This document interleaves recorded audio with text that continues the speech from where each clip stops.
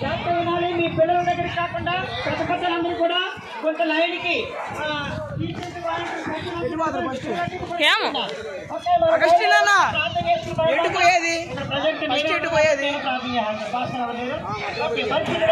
తండ్రి 3 దినాలు ఈ కిడ్స్ క్యాంప్ని ఐఎంఎస్ స్పెషల్ క్యాంపుని సక్సెస్ఫుల్ గా చేసుకుని పొందాను. ఇందులో మా సంఘం అంతా కలిపి ర్యాలీ చేసిన కనుక మాకు ముందుండండి, వెనకుండండి, చుట్టుపక్కల సహాయం చేయమని తండ్రి